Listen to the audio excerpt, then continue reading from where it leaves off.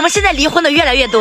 我也不想啰嗦，直接跟你们唠唠嗑。据统计啊，60后打死都不离，70后在纠结离不离，80后过不好就离，90后呢是看不顺眼就要离。那离婚率高哈，我认为全怪那个造床厂。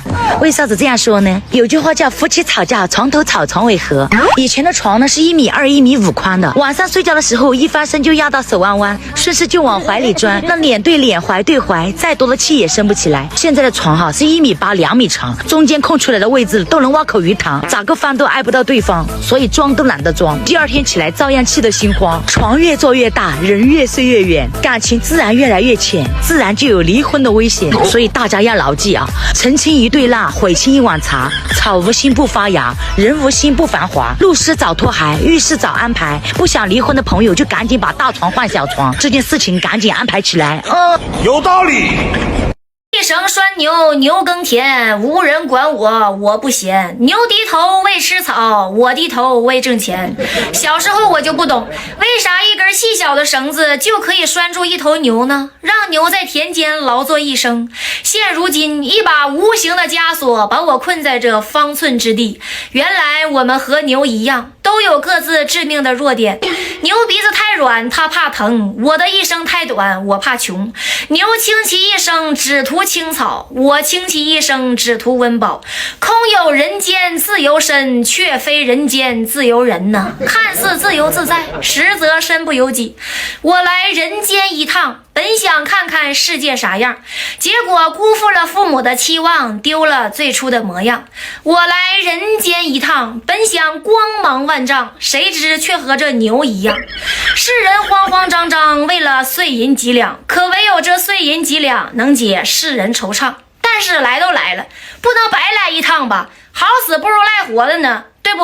生活之苦，苦于执着；生活之难，难于放下；人心之烦，烦在了计较。你越在意啥，啥就越折磨你。再好的茶泡开了才好喝，再好的人想开了才好过。人呐，就这么回事儿吧，想开了也就无所谓了。完蛋玩意儿，啥也不是。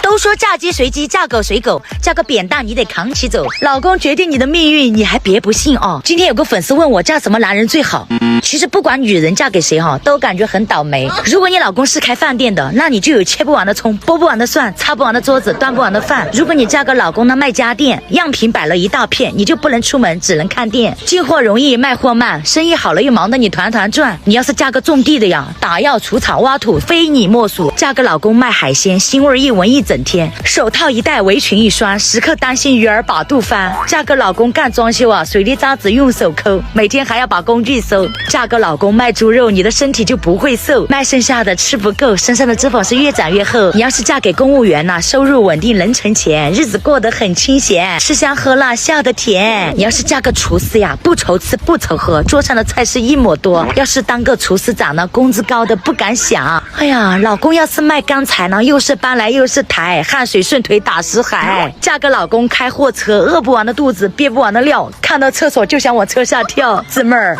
命里一尺难求一丈，穷日子穷打算，富日子富装扮。有钱把日子过好，没钱把心情过好。你嫁一座金山银山，都不如活得快乐平安。你这简历啊，你一年换了3份工作呀？为啥呀？第一份工作老板跑了，第二份工作老板进去了，第3份工作老板得绝症死了。您这是我找的第4份工作。那个这么的，就是咱隔壁啊，那屋是咱们的死对头啊，你去他家应聘去，我1个月给你补1000块钱。老板，你最低也得给我2000。为啥呀？隔壁公司给我1500，让我上这儿来。夫妻2个，谁管钱更好？你发现没有，当男人把钱交给女人以后，会发生一个神奇的现象。你给他700，他会想办法凑到1000；你给他7000，他东拼西凑也给你鼓捣到1万，给你存起来。还有，你带他出去逛个商场，他一会儿累了，一会儿腿酸，一会儿脚腰疼，这舍不得买，那舍不得吃，买杯奶茶都嫌贵，最后就搞了瓶2块钱的矿泉水回家了。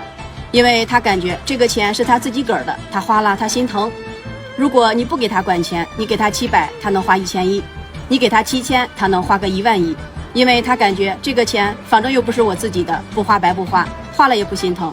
所以说，兄弟们，听妞一句劝，要想存上钱，老婆得掌权，财政大权，老婆管，家庭幸福更美满。哎呦我的妈！